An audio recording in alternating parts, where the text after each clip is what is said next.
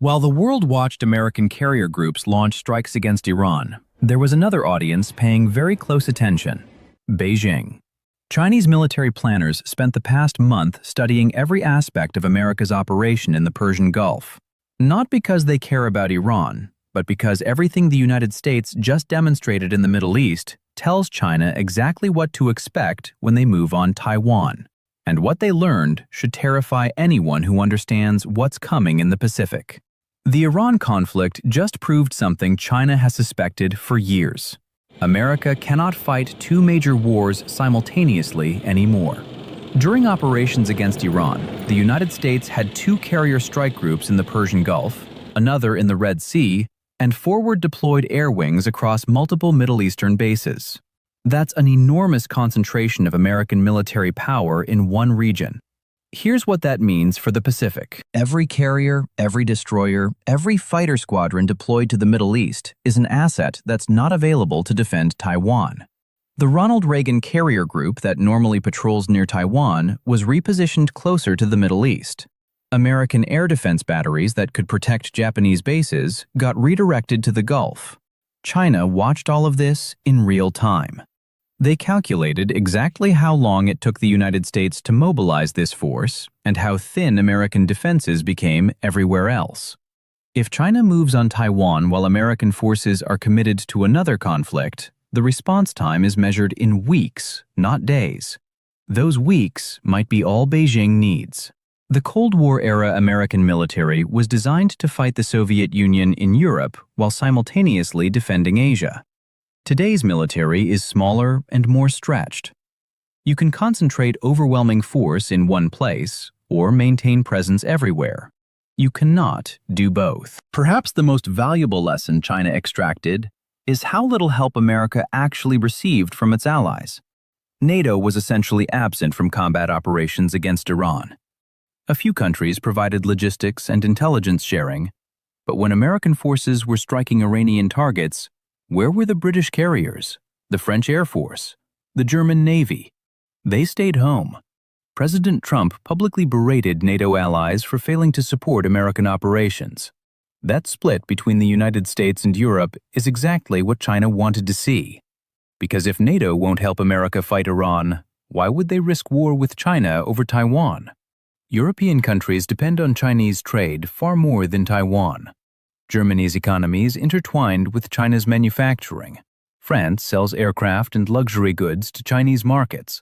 The idea that European nations would impose sanctions on China, let alone contribute military forces to defend Taiwan, became less credible after watching them sit out the Iran conflict. Japan and South Korea provided some support through base access and logistics, but neither committed combat forces. Japan has made clear that a Chinese invasion of Taiwan would threaten Japanese security. But the Iran war showed there's a massive gap between political statements and actual military commitment. Talking about defending Taiwan and sending Japanese destroyers into combat against China are very different things. China learned critical lessons about American logistics capabilities and limitations. American operations in the Persian Gulf rely heavily on bases in Kuwait, Qatar, the UAE, and Bahrain. These provide fuel, ammunition, and maintenance facilities required to sustain combat operations.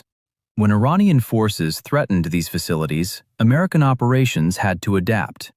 Now apply that to a Taiwan scenario. Where are America's bases in the Western Pacific? Japan, South Korea, Guam. That's it. And everyone would be targeted by Chinese missiles in the opening hours of conflict. China has spent 2 decades building capability to strike American air bases with ballistic and cruise missiles. The DF-21 and DF-26 missiles can hit Kadena Air Base in Okinawa, Andersen Air Force Base in Guam, and facilities in South Korea. China watched how dependent American operations were on fixed bases in the Middle East. They understand that destroying those bases in the Pacific severely constrains American power projection. The Iran conflict also demonstrated vulnerability of American logistics ships. Oil tankers, ammunition ships, and supply vessels are critical to sustaining naval operations. These ships are large, slow, and relatively defenseless. China operates submarines specifically designed to hunt these targets. Cut off the logistics tail, and combat forces become unsustainable. The closing of the Strait of Hormuz proved something else China found valuable. Economic disruption can be as effective as military action. Iran didn't need to sink American warships to inflict pain. They just closed a shipping lane and watched oil prices spike over $100 per barrel. China controls similar leverage points. Taiwanese semiconductor production accounts for over 60% of global advanced chip manufacturing. If China blockades Taiwan without invading, the global technology industry faces immediate crisis. Smartphones, computers, automobiles all depend on chips produced in Taiwan. The South China Sea is another pressure point. Roughly 30% of global shipping passes through waters China claims. If China restricted access, the economic impact would dwarf the Hormuz closure. But here's what China really learned. The global economy can absorb short-term disruptions. What breaks economies is sustained disruption lasting months. The strait was closed for 2 weeks. That caused pain. But imagine 6 months. China's strategy for Taiwan doesn't need to be quick invasion. They could pursue long-term blockade and economic strangulation that avoids direct military confrontation with the United States while making Taiwan's position unsustainable. Watch how shipping companies refused to transit Hormuz even after the ceasefire because they didn't trust it. That same psychology applies to Taiwan. The Iran war gave China valuable intelligence about American military technology. Every weapons system used in combat provides data. How effective are American air defenses against saturation attacks? What countermeasures work against anti-ship missiles? How vulnerable are carrier groups to drone swarms? China watched the United States employ low-cost attack drones for the first time in combat. These drones proved effective for certain missions, but also showed limitations. Chinese analysts are studying those limitations to develop countermeasures. The Iran conflict also demonstrated Chinese technology in action. Iran operates Chinese-designed drones, radar systems, and anti-ship missiles.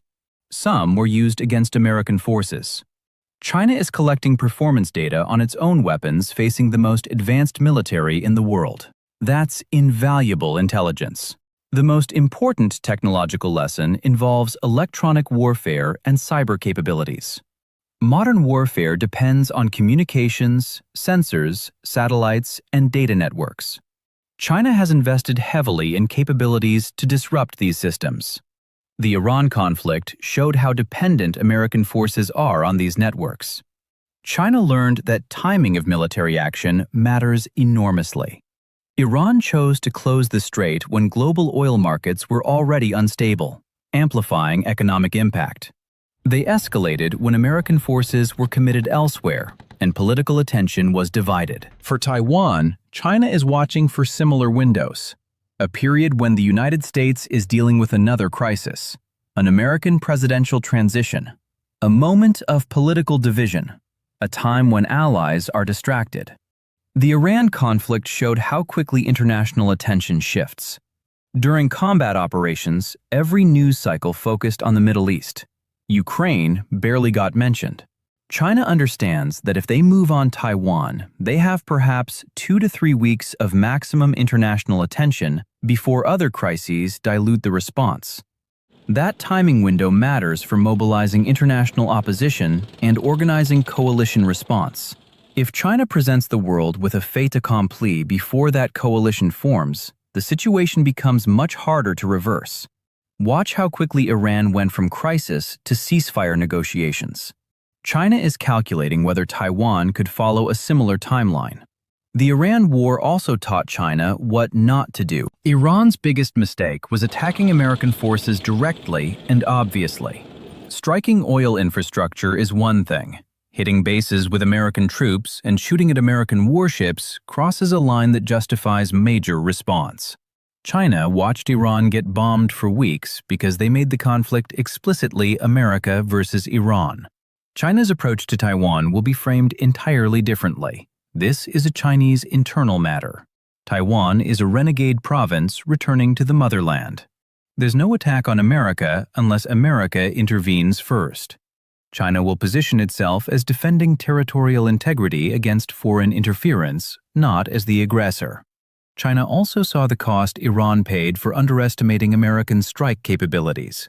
Iranian oil infrastructure and military bases suffered extensive damage. China won't assume their own infrastructure is invulnerable. They're investing heavily in hardening facilities and building redundancy because they watched what American precision weapons did to Iranian targets. But perhaps the most important lesson is about nuclear weapons. Iran doesn't have nuclear weapons, which is why the United States felt comfortable striking Iranian territory directly. China does have nuclear weapons. That fundamentally changes escalation calculus.